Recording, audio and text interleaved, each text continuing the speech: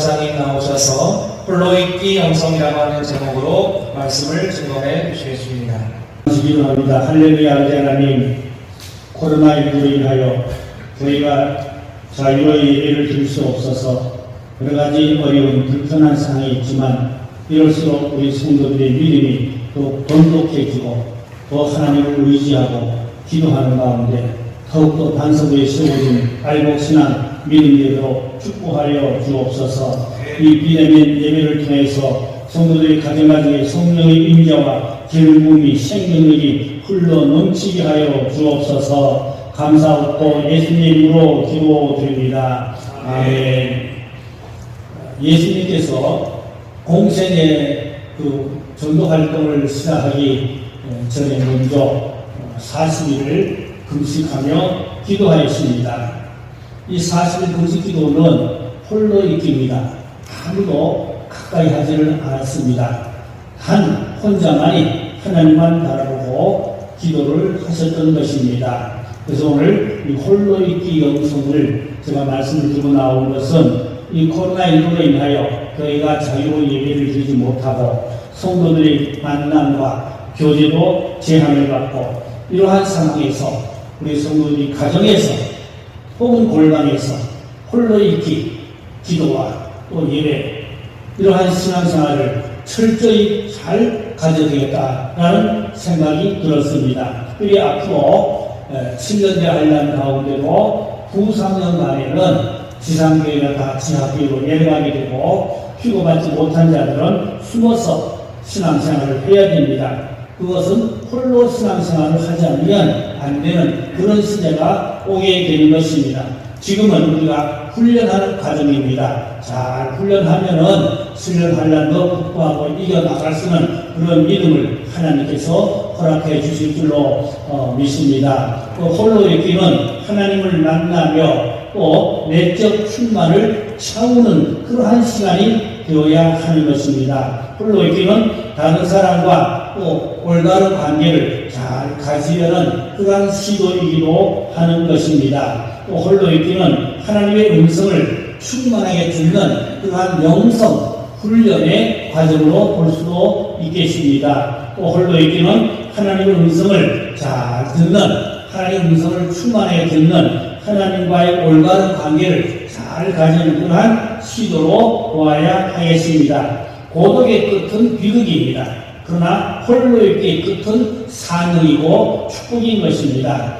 예수님의 영성은 홀로 있기에서 시작된 것을 오늘 본문이 알려주고 있습니다. 또 예수님은 12 제자들을 선택하기 전에 먼저 홀로 하나님 앞에 밤을 새워 기도하신 후에 그리고 12 제자들을 선택하신 것을 알 수가 있습니다. 누가복음 6장 12절 말씀을 보면 이때 예수께서 기도하시러 산으로 가사 밤이 새도록 하나님께 기도하시고 라고 하였습니다. 예수님은 늘 산에 가셔서 홀로 기도 생활을 하셨지요. 마태복음 14장 23절을 보면 무리를 보내신 후에 기도하러 따로 산에 올라갔습니다. 저물매 거기 혼자 계시더니 라는 말씀이 있습니다. 예수님은 늘 이제 대중들과 함께 전도생활을 하셨다면 또 홀로 한적한 곳에 가셔서 하나님과 대면하며 기도 생활을 한 것을 볼 수가 있습니다. 오병이어의 기적을 일으킨 후에도 제자들을 먼저 다른 곳으로 보내시고 또 따로 산에 올라가시리라. 저물 때 혼자 계셨다고 말씀하고 있습니다. 마태복음 26장 36절에 보면 예수께서 제자들과 함께 계실만이라 하는 곳에 이르러 제자들에게 이르시되 내가 저기 가서 기도할 동안에 너희는 여기 앉아 있으라 하시고 라는 말씀이 있어요. 성지순례 가서 게스마니 동산에 가보면 예수님이 바위에 엎드려 홀로 기도하는 그러한 형상을 만드는 것을 볼 때 가슴이 뭉클하였던 것입니다. 예수님이 사역을 시작하기 전에 40일 금식 기도하시며 홀로 기도하였지요. 또 모세도 미디안 광야에서 40년 동안 양을 치면서 민족적인 지도자로서 영성이 형성되었습니다. 광야는 특별한 영성을 쌓는 그런 훈련 장소이기도 하지요. 뿐만 아니라 모세는 시내산에 올라가서 여러 차례 금식하고 기도하면서 홀로 하나님과 대면하며 하나님의 음성을 듣는 그러한 신앙을 많이 가진 것을 우리는 알 수가 있습니다. 사도 바울도 그렇습니다. 성도들 기뻐하고 감격에 가기 위해서 다메섹으로 말을 타고 달려가다가 갑자기 빛 가운데 나타난 주님을 만나게 됩니다. 말에서 꼬꾸라지고 주여 누구시니까 나는 내가 기뻐한 나사렛 예수가 주님을 만났습니다. 그 후로 이제 사울이 바울로 바꾸어지고 그는 사람을 만나러 예루살렘을 가지 아니하고 어디로 안 가니까 아라비아 강야로 가서 홀로 하나님을 만나고 하나님과 깊은 영성신학을 공부하고 훈련한 것을 알 수가 있습니다. 갈라디아 1장 16절로 17절에 보니까 그의 아들을 이방에 전하기 위하여 그를 내 속에 나타내시기를 기뻐했을 때 내가 곧 혈과 의논하지 아니하고 또 나보다 먼저 사도된 자들을 만나려고 예루살렘으로 가지 아니하고 아라비아로 갔다가 다시 다메섹으로 돌아가더라고 한 것을 볼 수가 있습니다. 제가 성수에 가서 이 아라비아 광야를 가본 적이 있습니다. 지금 땅으로는 레바논 땅입니다. 레바논 땅인데 거기 아라비아 광야가 있어요. 거기 가서 바울이 그 3년 동안 훈련받던 곳을 다녀보았습니다. 특별히 감미로운 것은 산 같은 엄청난 큰 바위가 있는데 그 바위 밑을 굴을 파서 거기를 지하 교회를 만들었어요. 그래서 바울이 거기서 홀로 기도 생활을 주로 많이 하신가 하면은 그래도 그 지역에 사는 사람들이 바울에게 자기와 기도받고 병고침 받고 또 그들을 전도하고 그 바울이 사실은 이 아라비아 강야에 홀로 있었다고 했지만 늘 하나님과 대면하고 혼자 있었지만 그래도 그 지역에 있는 사람들에게 전도하고 그들을 모아서 기도도 하고 예배도 드리고 그러한 생활을 한 것을 알 수가 있었습니다. 좌우간 바울이 아라비아 강에서 신령 영적 신앙을 훈련하고 하나님과 깊은 관계를 가지면서 바울의 영성이 거기서 잘 갖추어지고 무장된 것을 알게 됩니다. 엘리야도 역시 그렇습니다. 3년 가문에 그리스네가에 가서 이제 엎드려 기도하고 있었지요. 까마귀가 아침 저녁으로 떡과 고기를 날라가 주었습니다. 냇가물이 마르니까 또 사렸다 가구의 집에 가서 밀가루 단지 밀가루가 줄어들지 아니하므로 거기서 또 이제 잘 지킬 수가 있었습니다. 그런가 하면 갈멜산에 가서 850명의 거짓 선자들로 대기하여 불의 응답을 받고 그 거짓 선자를 다 잡아 죽이고 그러니까 이세벨이 이제 엘리야를 목숨을 사진할 때 강야로 도망가서 호렙산까지 갔습니다. 호렙산의 불의가 엎드려서 홀로 깊은 기도를 하다가 하나님을 만나고 또 시행하는 미소를 듣고 그리고 새로운 사명을 또 거기서 갖게 된 것을 보게 됩니다. 또 그러면 세례 요한도 강야에서 홀로 있기를 깊이 체험한 것을 알 수가 있습니다. 강야의 외침자의 소리라는 말씀이 있죠. 회개하라 천국이 가까이 왔느니라. 사람들이 몰려갔습니다. 요단강에서 회개하고 많은 사람들이 세례를 받았습니다. 세례 요한은 홀로 있기 영성을 가진 대표적인 사람으로 우리에게 보여주고 있는 것입니다. 그러면 홀로 있기 영성이란 어떤 영성인가를 살펴보려고 합니다. 첫째로 의식주를 초월하는 영성인 것입니다. 사람에게 기본적으로 가져야 할 것이 의식주이지요. 먹지 않고 살 수가 없습니다. 그러나 세례요한 강야에서 홀로 있기에 영성으로 살았습니다. 약대 털옷을 입고 메뚜기와 석청을 먹고 살았습니다.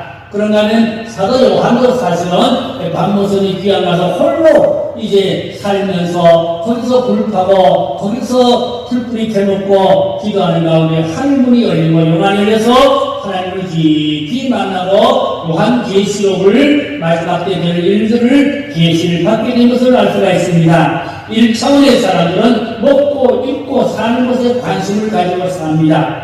그러면 2차원의 사람들은 인격에 관심을 가집니다. 그러면 3차원의 사람들은 진리를 찾으려고 합니다. 그런데 마지막 4차원의 사람들은 영적인 영원한 것에 관심을 갖고 영원한 것을 찾고 있는 것입니다. 홀로 있기 훈련을 하는 광야는 하나님의 도우심이 없으면 살 수가 없습니다. 이스라엘 백성들이 광야에서 40년만 살았습니다. 하나님의 도와주지 않으면 살 수가 없지요. 하나님의 절대적인 도움을 인하여 광야에 40년간 살 수가 있었습니다. 200만 명이라는 이 많은 이 백성들이 광야에서 목말라 죽은 사람이 없고 또 굶어 죽은 사람이 없고 또 병들어 죽은 사람도 없습니다. 전적인 하나님의 은혜였습니다. 그러므로 홀로 있기는 하나님의 전적인 은혜를 잊고 하나님의 도우심을 받아서 하나님만 바라보고 영성 훈련을 받는 것이 바로 광야요 홀로 있기 훈련인 것입니다. 세례요한은 광야에서 홀로 있으면서 날마다 하나님의 음성을 들었습니다. 세례요한은 그 음성을 이제 듣고 혼자 있은 것이 아니죠. 많은 사람들이 세례요한을 찾아가서 만납니다. 사람들은 어떤 사람을 찾아간다 합니까? 하나님을 만난 사람을 찾아갑니다. 그 사람이 하나님은 아니지만 그 사람에게서 하나님의 음성을 듣고 싶은 것입니다. 우리가 잘 아시는 송명의 양을 보면 그런 여성마비 환자입니다. 그런 정상적인 사람이 아닙니다. 그럼에도 불구하고 많은 분들이 송명의 양을 찾아가기도 하고 초청해서 집회를 하기도 하고 그럽니다. 송명의 양은 하나님을 만난 사람입니다.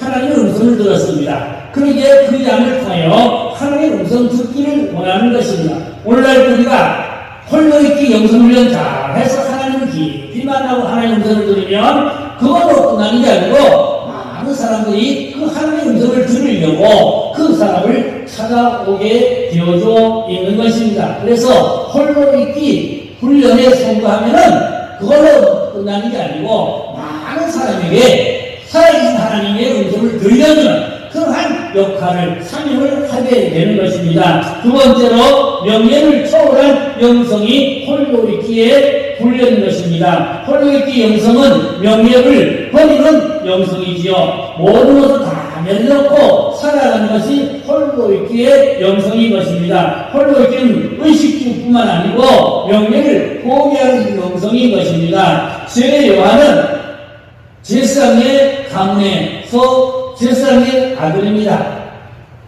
그 말은 귀족입니다. 귀족으로 잘 살아갈 수 있는 그러한 특수권에 있는 특기층에 있는 그러한 축복의 사람이지요. 그러나 그것을 다 내려놓았습니다.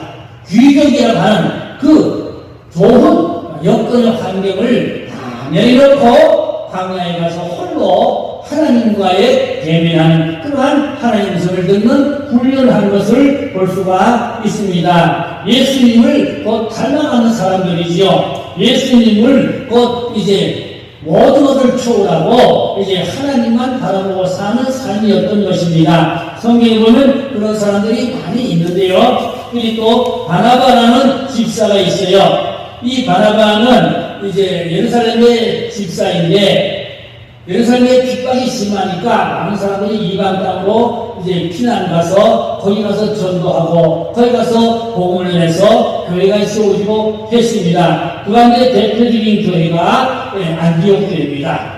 이 안디옥 교회는 평신도들이 가서 전도해서 개척하여 세운 교회가 안디옥 교회입니다. 야고보가 순교했습니다. 스데반이 순교했습니다. 예루살렘이 온통 핍박으로 어려운 상황에 있었습니다. 베드로도 죽이려고 이제 감옥에다 가두었습니다. 이렇게 되니까 성도들이 핍박을 피하여 이방 땅으로 가서 거기 가서 전도하고 거기 가서 교회를 세우고 이래서 이방 땅에 복음이 널리 전파되게 되었던 것입니다. 그 가운데 특별히 예루살렘 교회가 어떤 소식을 들은 거니까 안디옥에도 복음이 전파됐다. 거기도 교회가 세워졌다. 거기 많은 사람들이 모여 기도하고 예배한다는 소리를 듣는데 그게 지도자가 없습니다. 그래서 바나바 집사를 파송했어요. 요즘으로 말하는 목사가 없으니까 바나바 집사를 파송해서 바나바가 안디옥에 내려가서 그들에게 진리의 도를 가르치고 전도하고 기도하고 예배를 돕는 그러한 지도자 역할을 했습니다. 이제 바나바는 안디옥교에서 큰 훌륭한 지도자가 될 수가 있었어요. 1인자가 될 수가 있었어요. 그러나 자기 자리를 내놓고 핍박의 구목이었던 바울을 선택해서 초청했습니다. 바울이 안디옥교의 초대 목회자가 되는 것입니다. 여기서 우리가 배울 점은 이 바나바는 자기의 특권을 다 내려놓았습니다. 자기의 그 특권을 다 내놓고 1인자로 해서 특권을 내놓고 핍박자인 바울을 1인자로 올려 섬겼습니다. 그래서 바울이 안디옥교의 초대 목회자가 되었지요. 이렇게 바나바는 자기를 내려놓는 영성을 가지고 있었습니다. 그래서 영성이라는 것은 자기를 철저히 내려놓을 때에 영성이 잘 형성될 수가 있는 것입니다. 또 우리가 잘 아시는 아론이 있어요. 아론은 모세의 형님입니다. 모세의 형님에도 불구하고 40년간 모세를 섬겼어요. 형님이 동생을 섬기는 일은 그리 쉬운 일은 결코 아닐 것입니다. 그러나 혈통의 형님이라고 하는 그런 어떤 공의의식을 다 내려놨어요. 그리고 자기 아우인 모세를 아론은 40년간 섬겼던 것을 볼 수가 있습니다. 그래서 홀로 있기 영성이라는 것은 내려놓는 훈련을 철저히 하는 것이다 라는 말씀이 옳습니다. 역시 세례 요한도 이제 내려놓는 훈련이죠. 세례 요한이 이렇게 하나님의 음성을 듣고 많은 사람이 요단강에 몰려들어 세례를 받고 또 하나님의 음성을 듣고 그렇게 되니까 세례 요한도 상당한 그러한 어떤 칭송을 받는 선지자가 되었지요. 그럼에도 불구하고 요한은 자기를 철저히 내놓고 예수님을 높였습니다. 마태복음 3장 11절에 보니까 나는 너희로 회개하기 위하여 물로 세례를 베풀거니와 내게 오시는 이는 나보다 능력이 많으시니 나는 그의 신을 들기에도 감당하지 못하겠노라. 그는 불과 성령으로 너에게 세례를 베푸실 것이라고 하였습니다. 이보니까 요한은 예수님보다 더 나이가 많습니다. 더 먼저 났습니다. 혈통적으로 보면 더 위에 사람입니다. 그러나 요한은 자기를 내려놓고 예수님을 높였습니다. 그런데 예수님도 요한을 그냥 놔두지 않고 예수님도 요한을 높인 것을 볼 수가 있습니다. 여자가 남자 중에 가장 큰 사람이다 라고 요한을 높여준 것을 볼 수가 있습니다. 놀라운 칭찬이지요. 우리는 홀로 있기 영성으로 예수님만 높이면 예수님 우리를 책임져 주실 줄로 믿어야 하는 것입니다. 세 번째는 영적 전투의 영성인 것입니다. 홀로 있기 영성은 훈련하는 광야인데 이 광야는 치열한 영적 전투의 장소인 것입니다. 높은 나무일수록 바람을 많이 탑니다. 공이 많은 곳에 도덕이 들끓게 됩니다.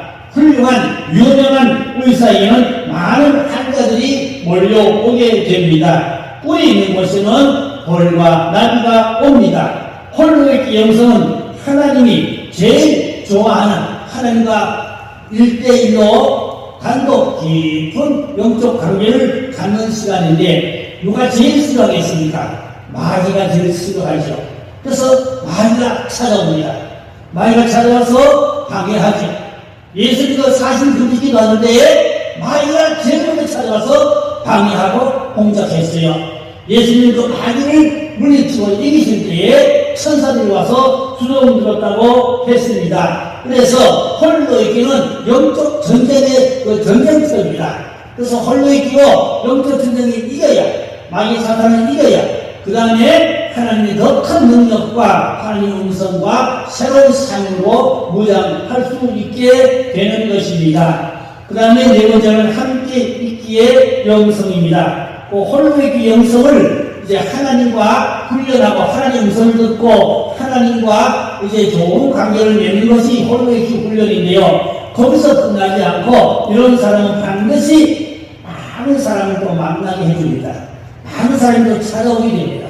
그래서 많은 사람에게 하나님을 가르치고 전하고 하나님 말씀을 알려주고 그렇게 많은 사람을 또 구원이기도 오래기도 인도하게 된 것입니다. 그래서 세례 요한이 광야에서 홀로 있기 성공하니까 수많은 사람들이 그 광야로 세례 요한을 만나러 찾아갔던 것입니다. 예수님도 홀로 있기에 성공하니까 대중들이 예수님을 많이 군대같이 벌떼같이 찾아가서 예수님이 나오는 그 말씀과 그 기적을 보기를 이제 좋아했던 것입니다.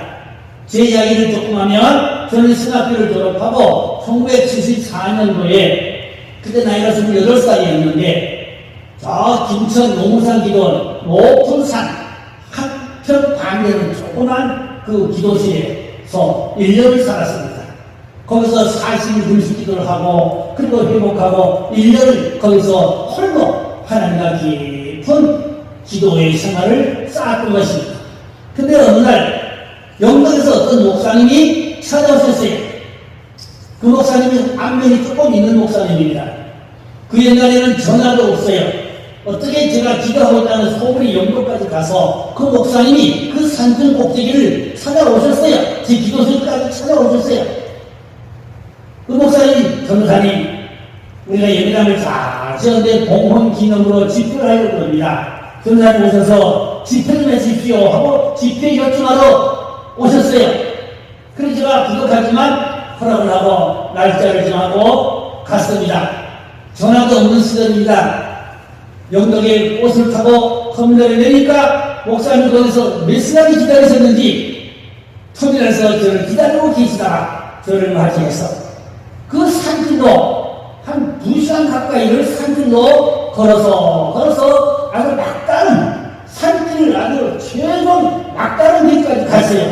거기 가니까 마을이 있고 교회가 잘 지어져 있었어요. 목사님 거기 가셔서 예배당을 잘 지었어요. 직접 마치는 날이 바로 이튿날이 봉헌식입니다. 그래서 봉헌 기념으로 제가 집회를 했어요. 큰 은혜가 있었습니다. 마지막 날 저녁에는 모두 다 일어서서 춤을 추는데 얼굴이 빛이 나고 광천을 천사 같았어요. 와, 얼마나 좋아하고 기뻐하는지 모릅니다. 그렇게 하나님께서 홀로의 길을 하였더니 또 많은 사람에게 가서 복음을 전하시는 길도 하나님이 열어주셨던 것입니다. 그래서 홀로의 길은 우리가 훈련을 잘 해야 합니다. 이사야 26장 20절에 보면은 내 백성아 갈지어다 내 밀실에 들어가서 내 문을 닫고 분노가 지나기까지 잠깐 숨을지어다라는 말씀이 있어요. 이 코로나로 인하여 우리가 대면 예배가 되지 않으니까 좀 답답한 것 같지만 홀로 있기 기도생활, 홀로 있기 예배생활, 홀로 하나님과의 깊은 관계를 가지고 특별히 가정예배를 잘 드리는데 훈련에 이번에 정착했으면 너무 좋겠습니다. 자, 홀로 있기 훈련하려면 그러면 홀로 있기를 우리가 하려면 첫째 고요한 환경을 만들 수가 있고 한적한 장소를 만들면 좋습니다. 고요함과 홀로 있기는 바늘과 실입니다. 고요하지 못하고 시끄러우면 홀로 있기가 되기가 어렵지요.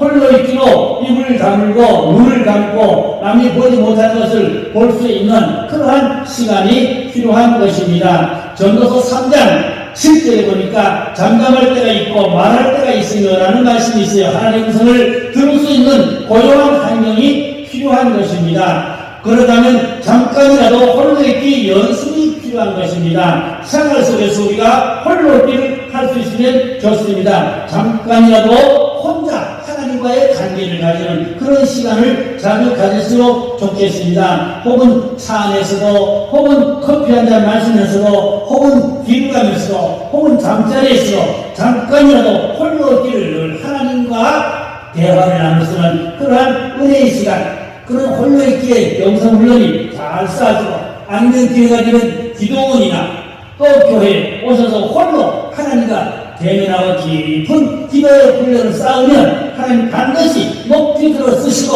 또 음성을 들려주시고 세대에 맞추는 의와 능력을 부어주셔서 장차 뒤에 선에서 귀 쓰임받는 종들이 될 수가 있겠습니다. 결론으로 홀로 있기 목표는 분명합니다. 하나님과 하나 되는 것입니다. 하나님과 합일인 것입니다.